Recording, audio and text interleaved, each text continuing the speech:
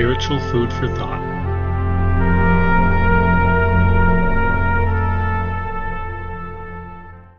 Like many of my videos, this one may get a little interesting, but what if I told you that I do not believe in a church position or a church office that is referred to as elder?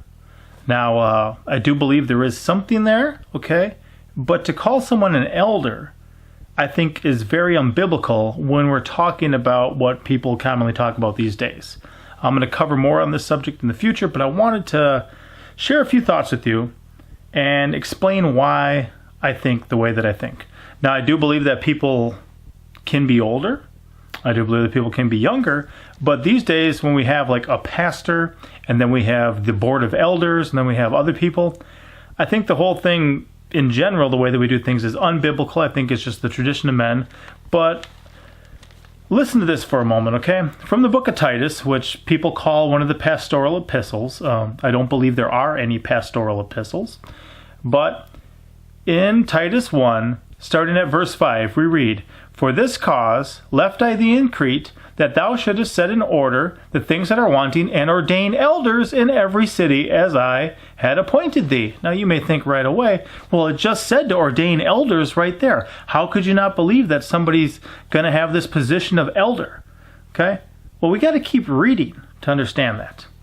"If any be blameless, the husband of one wife, having faithful children, not accused of riot or unruly, for a bishop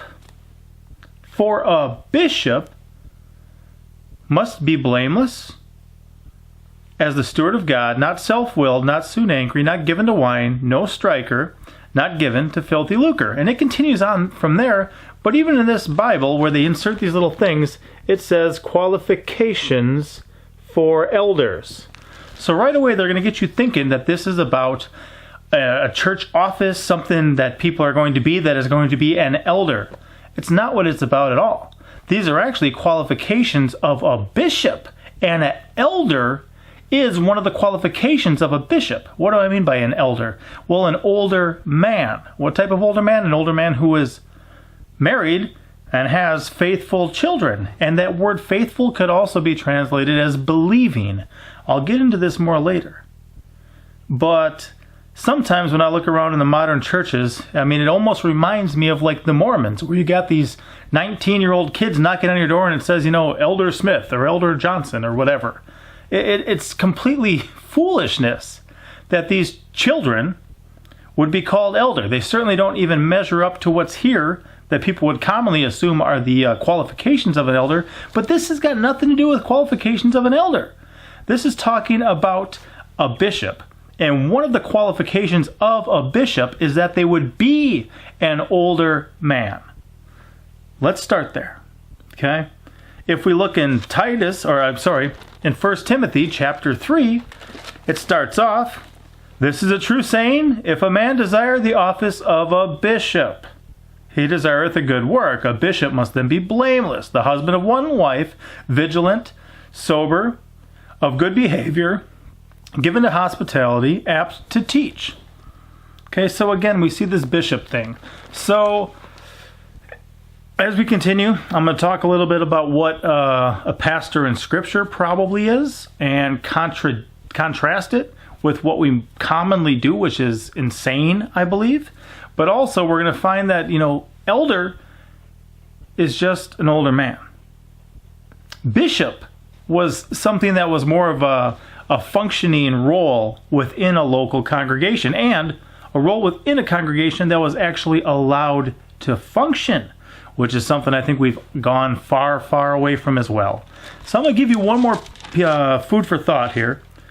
And this is just going to be 1 Timothy chapter 5, verse 1. It says, "Rebuke not an elder." Okay, again, it's talking about the elders, right? Well, hold on. "Rebuke not an elder, but entreat him as a father, and the younger men as brethren, the elder women as mothers, the younger as sisters, with all purity."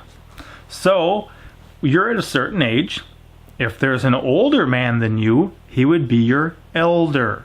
Why? Because he's older, not because he has any appointed office or any appointed function or role within a congregation, within a church, within a body. It's just that he's older. Therefore, he is your elder. And the younger brethren, those who are less years in age than you, treat them as brothers, okay? It says the elder women who are older than you in age, treat them, as a mother. Treat them as if they were, your mother, and the younger ones as sisters. So whether somebody's a man or a woman, they're either going to be older than you, making them elder, or they're going to be younger than you, making them younger. Those are the only two possibilities here, guys. Again, I would suggest, we see what Timothy says, what's said in the book to Timothy, the letter to Timothy. And we see what's said in Titus, but contemplate that for a minute. Ordain elders in every city, right? Why? For a bishop must be. So he was ordaining elders to function in the role of bishop. Now, next time we're going to get into this a little more in depth, because I think there's some crazy things that we can see if we actually look at what Scripture says, if we have eyes to see and ears to hear. But I just want to start off with saying I do not believe in the church office of elder. It's unbiblical. It's nowhere in there. And unfortunately, much like the Mormons, I got asked once if I wanted to be an elder. That was years ago. Guys, I'm not even 40 now. Okay? I said no. And they said, why not? I said, because I'm not elder. I'm not older. I'm not elderly. And elderly is often frowned upon these days. That's not what I'm getting at. But I mean, I'm not an old man. I'm not someone who would qualify even just to fulfill being elder, older, much less measuring up to the role of a bishop. So we'll talk more about just what we can understand if we actually look at what's revealed here in Titus next time. But this time I just wanted to kind of give you a little bit of food for thought, get your mind thinking, and seek God's wisdom on these things. I don't care about tradition. I don't care what your church has always done. I don't care where this stuff that is unbiblical started. I'm not trying to have a reformation. I'm trying to have a restoration. Just back to what God said. All right. Be blessed. Thank you for watching. Don't forget to like, comment, and subscribe.